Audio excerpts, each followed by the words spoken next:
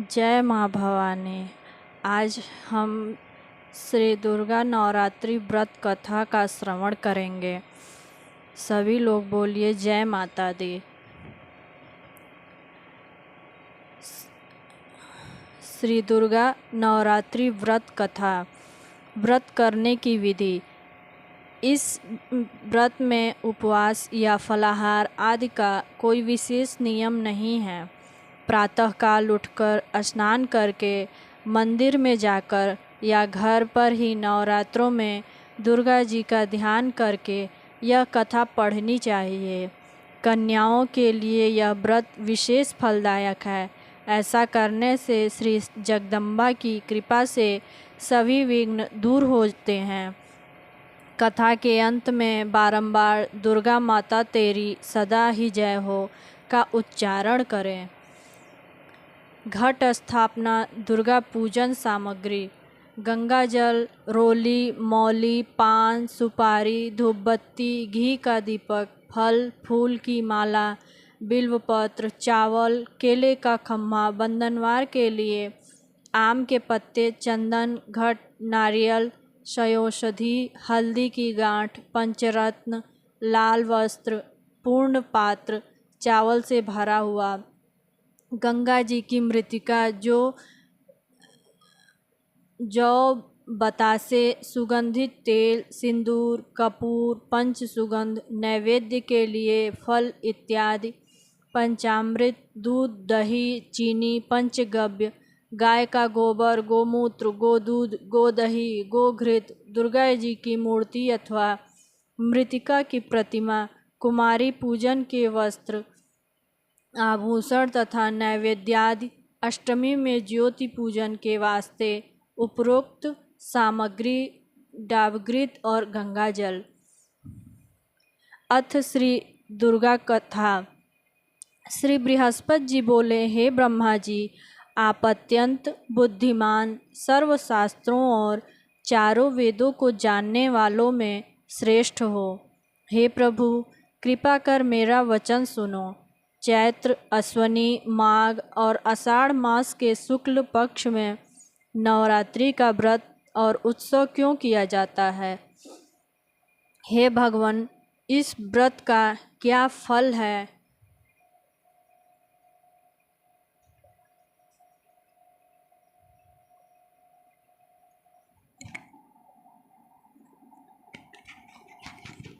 इसे किस प्रकार करना उचित है और पहले इस व्रत को किसने किया है, सो विस्तार से कहो। बृहस्पति जी का ऐसा प्रश्न सुनकर ब्रह्मा जी कहने लगे कि हे बृहस्पति, प्राणियों का हित करने की इच्छा से तुमने बहुत ही अच्छा प्रश्न किया है।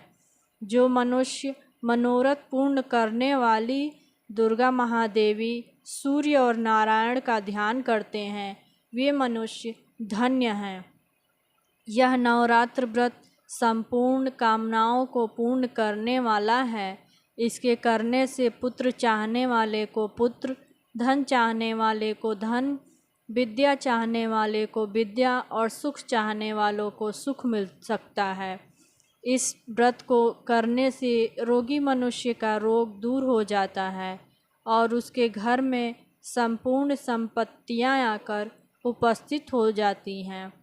बांध्या और काक बांध्या के इस व्रत के करने से पुत्र हो जाता है। समस्त पापों को दूर करने वाले इस व्रत के करने से ऐसा कौन सा मनोरथ है जो सिद्ध नहीं हो सकता। जो मनुष्य इस अलभ्य मनुष्य देह को पाकर भी नवरात्र का व्रत नहीं करता है, वह माता पिता की सेवा से विमुख हो पाप का भागी होता है और वह अनेक दुखों को भोगता है। उसके शरीर में अनेकों व्याधियां उत्पन्न हो जाती हैं। वह संतान का सुख भी नहीं पाता। इस प्रकार वह मूर्ख अनेक दुख भोगता है। इस व्रत को न करने वाला मूर्ख मनुष्य धन और धान्य से रहित हो भूख और प्यास के मारे पृथ्वी पर घूमता है और गूंगा हो जाता है। जो सुहागिन स्त्री भूल से इस व्रत को नहीं करती है, वह पति से विहीन होकर नाना प्रकार के दुखों को भोगती है।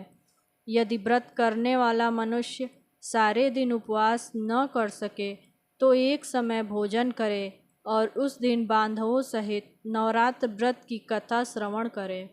हे बृहस्पति, जिसने पहले इस महाव्रत को किया है उसका पवित्र इतिहास मैं तुम्हें सुनाता हूँ। बृहस्पति जी बोले, आप सावधान करने वाले इस व्रत के इतिहास को मेरे लिए कहें। मैं सावधान होकर सुन रहा हूँ। आपकी शरण आए हुए मुझ पर कृपा करें। श्री ब्रह्मा जी बोले, पीठत नाम के मनोहर नगर में एक अनाथ नाम का ब्राह्मण रहता था। वह भगवती दुर्गा का भक्त था। उसके संपूर्ण सद्गुणों से युक्त मानो ब्रह्मा की सबसे पहली रचना हो ऐसी यथार्थ नाम वाली सुमति नाम की एक सुंदर कन्या पैदा हुई। वह कन्या सुमति अपने घर के बालकपन में अपनी सहेलियों के साथ क्रीड़ा करती हुई इस प्रकार बढ़ने लगी जैसे शुक्ल पक्ष में चंद्रमा की कला बढ़ती है। उसका पिता प्रतिदिन दुर्गा जी की पूजा और होम किया करता था। उस समय वह नियम से वहाँ उपस्थित होती थी। एक दिन वह सुमति अपनी सखियों के साथ खेलने लग गई और भगवती के पूजन में उपस्थित नहीं हुई। उसके पिता को पुत्री की ऐसी असावधानी देखकर क्रोध आया और पुत्री से कहने लगा कि हे पुत्री, आज प्रभात में तुमने भगवती का पूजन नहीं किया, इस कारण मैं किसी कुष्ठी और दरिद्री मनुष्य के साथ तेरा विवाह करूँगा। इस प्रकार कुपित पिता के वचन सुनकर सुमति को बड़ा दुख हुआ और अपने पिता से कहने लगी, हे पिताश्री, मैं आपकी कन्या हूँ। मैं सब तरह से आपके अधीन हूँ। जैसी आपकी इच्छा हो वैसा ही करो। रोगी, कुष्ठी अथवा किसी के साथ जैसी तुम्हारी इच्छा हो मेरा विवाह कर सकते हो। होगा वही जो मेरे भाग्य में लिखा है। मेरा तो इस पर पूर्ण विश्वास है। मनुष्य न जाने कितने मनोरथों का चिंतन करता है, पर होता वही है जो भाग्य में विधाता ने लिखा है। जो जैसा करता है उसको फल भी उसी कर्म के अनुसार ही मिलता है, क्योंकि कर्म करना मनुष्य के वश में है, पर फल देव के अधीन है। जैसे अग्नि में पड़े हुए तृणादि उसको अधिक प्रदीप्त कर देते हैं, उसी तरह अपनी कन्या के ऐसे निर्भयता से कहे हुए वचन सुनकर उस ब्राह्मण को और अधिक क्रोध आया।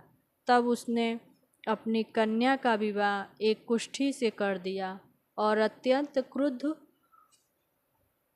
होकर पुत्री से कहने लगा कि जाओ जाओ, जल्दी जाओ, अपने कर्म का फल भोगो। देखे तू केवल भाग्य भरोसे रहकर क्या करती है।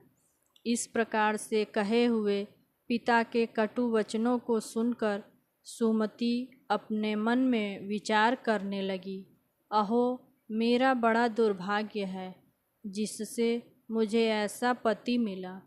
इस तरह अपने दुख का विचार करती हुई वह सुमति अपने पति के साथ वन को चली गई और भयावने कुशायुक्त उस स्थान पर उन्होंने वह रात बड़े कष्ट से व्यतीत की। उस गरीब बालिका की ऐसी दशा देखकर भगवती पूर्व पुण्य के प्रभाव से प्रकट होकर सुमति से कहने लगी, हे दीन ब्राह्मणी, मैं तुम पर प्रसन्न हूँ। तुम जो चाहो वरदान मांग सकती हो। मैं प्रसन्न होने पर मनवांछित फल देने वाली हूँ। इस प्रकार भगवती दुर्गा का वचन सुनकर ब्राह्मणी कहने लगी कि आप कौन हैं जो मुझ पर प्रसन्न हुई हो। यह सब मेरे लिए कहो और अपनी कृपा दृष्टि से मुझ दीन दासी को कृतार्थ करो। ऐसा ब्राह्मणी का वचन सुनकर देवी कहने लगी कि मैं आदि शक्ति हूँ और मैं ही ब्रह्मा विद्या सरस्वती हूँ। मैं प्रसन्न होने पर प्राणियों का दुख दूर कर उनको सुख प्रदान करती हूँ। हे ब्राह्मणी, मैं तुझ पर तेरे पूर्व जन्म के पुण्य के प्रभाव से प्रसन्न हूँ। मैं तेरे पूर्व जन्म का वृतांत सुनाती हूँ। सुनो, तू पूर्व जन्म में निषाद भील की स्त्री थी और अति पतिव्रता थी। एक दिन तेरे पति निषाद ने चोरी की। चोरी के कारण तुम दोनों को सिपाहियों ने पकड़ लिया और ले जाकर जेल खाने में कैद कर दिया। उन लोगों ने तुझे और तेरे पति को भोजन नहीं दिया। इस प्रकार नवरात्र के दिनों में तुमने न तो कुछ खाया और न ही जल पिया। इस प्रकार 9 दिन तक नवरात्र का व्रत हो गया। हे ब्राह्मणी, उन दिनों में जो व्रत हुआ उस व्रत के प्रभाव से प्रसन्न होकर तुम्हें मनोवांछित वर दे रही हूँ। तुम्हारी जो इच्छा हो सो मांगो।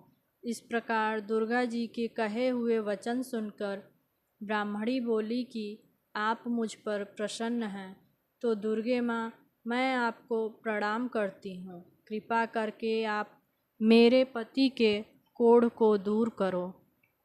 देवी कहने लगी कि उन दिनों में जो तुमने व्रत किया था उस व्रत के एक दिन का पुण्य अपने पति का कोढ़ दूर करने के लिए अर्पण करो। मेरे प्रभाव से तेरा पति कोढ़ से रहित और सोने के समान शरीर वाला हो जाएगा। श्री ब्रह्मा जी बोले। इस प्रकार देवी का वचन सुनकर वह ब्राह्मणी बहुत प्रसन्न हुई और पति को निरोग करने की इच्छा से ठीक है ऐसे बोली। तब उसके पति का शरीर भगवती दुर्गा की कृपा से कुष्ठहीन होकर अति कांतियुक्त हो गया। जिस कांति के सामने चंद्रमा की कांति भी क्षीण हो जाती है, वह ब्राह्मणी पति की मनोहर देह को देखकर देवी को अति पराक्रम वाली समझकर स्तुति करने लगी कि हे दुर्गे, आप दुर्गति को दूर करने वाली, तीनों जगत का संताप हरने वाली, समस्त दुखों को दूर करने वाली, रोगी मनुष्य को निरोग करने वाली, प्रसन्न होने पर मनोवांछित वस्तु को देने वाली और दुष्ट मनुष्य का नाश करने वाली हो। तुम ही सारे जगत की माता हो और पिता हो। हे अम्बे, मुझ अपराध रहित अबला को मेरे पिता ने कुष्ठ रोगी के साथ ब्याह कर दिया और घर से निकाल दिया। उसकी निकाली हुई मैं पृथ्वी पर घूमने लगी। आपने ही मेरा इस आपत्ति समुद्र से उद्धार किया है। हे देवी, मैं आपको प्रणाम करती हूँ। मुझ दीन की रक्षा करो। ब्रह्मा जी बोले, हे बृहस्पति, इस प्रकार उस सुमति ने मन में देवी की बहुत स्तुति की। उसकी उदालय नाम का अति बुद्धिमान, धनवान, कीर्तिवान और जितेंद्रिय पुत्र उत्पन्न होगा। ऐसा कहकर वह देवी उस ब्राह्मणी से फिर कहने लगी, हे ब्राह्मणी, और जो कुछ तेरी इच्छा हो वही मनोवांछित वस्तु मांग सकती है। ऐसा भगवती दुर्गा का वचन सुनकर सुमति बोली कि हे भगवती दुर्गे, आप मेरे पर प्रसन्न हैं तो कृपा कर मुझे नवरात्र विधि बताइए। हे दयावती, जिस विधि से नवरात्र व्रत करने से आप प्रसन्न होती हैं, उस विधि और उसके फल को मेरे लिए विस्तार से वर्णन करें।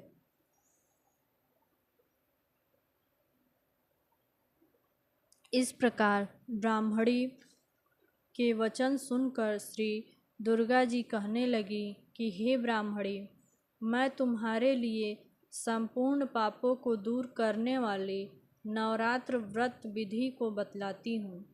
जिसको सुनकर तमाम पापों से छूटकर जीव को मोक्ष की प्राप्ति हो जाती है। अश्वनी मास के शुक्ल पक्ष की प्रतिपदा से लेकर 9 दिन तक विधि पूर्वक इस व्रत को करें। यदि दिन भर व्रत न कर सकें तो एक समय का भोजन करें। पढ़े लिखे ब्राह्मणों से पूछकर घट स्थापना करें और वाटिका बनाकर उसको प्रतिदिन जल से सींचें। महाकाली, महालक्ष्मी और महासरस्वती इनकी मूर्तियां बनाकर उनकी नित्य प्रतिदिन विधि सहित पूजा करें और पुष्पों से विधि पूर्वक अर्घ्य दें। बिजौरा के फूल से अर्घ्य देने से रूप की प्राप्ति होती है। जायफल से कीर्ति, दाख से कार्य की सिद्धि होती है। आंवले से सुख और केले से भूषण की प्राप्ति होती है। इस प्रकार फलों से अर्घ्य देकर यथाविधि हवन करें। खांड, घी, गेहूँ, शहद, जौ, तिल, बिंब, नारियल, दाख और कदम्ब इनसे हवन करें। गेहूँ से होम करने से लक्ष्मी की प्राप्ति होती है। खीर व चंपा के पुष्पों से धन और पत्तों से तेज और सुख की प्राप्ति होती है। आंवले से कीर्ति और केले से पुत्र की प्राप्ति होती है।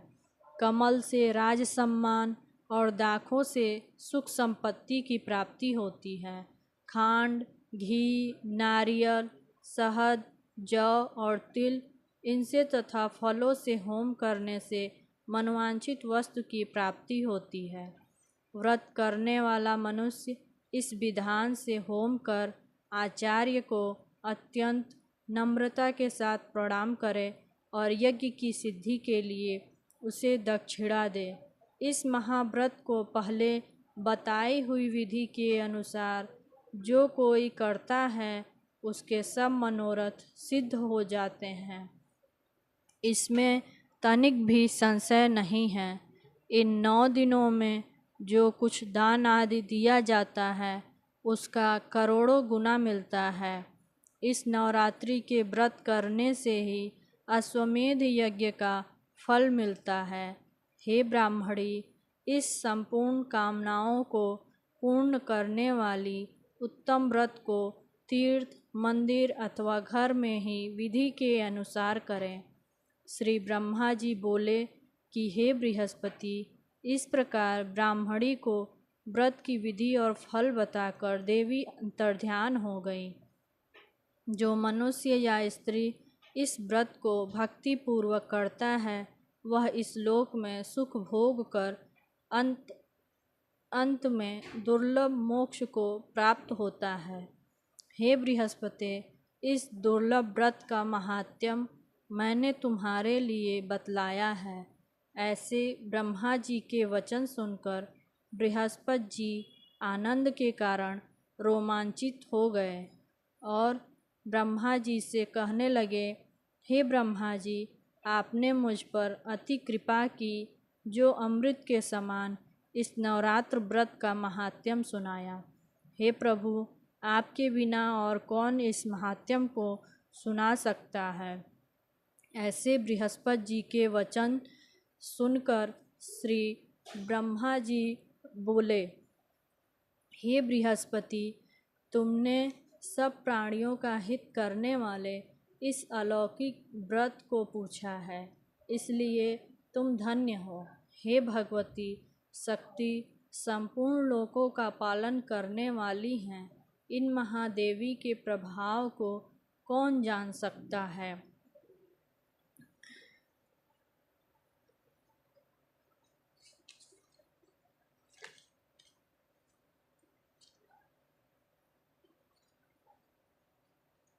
जय माता दी।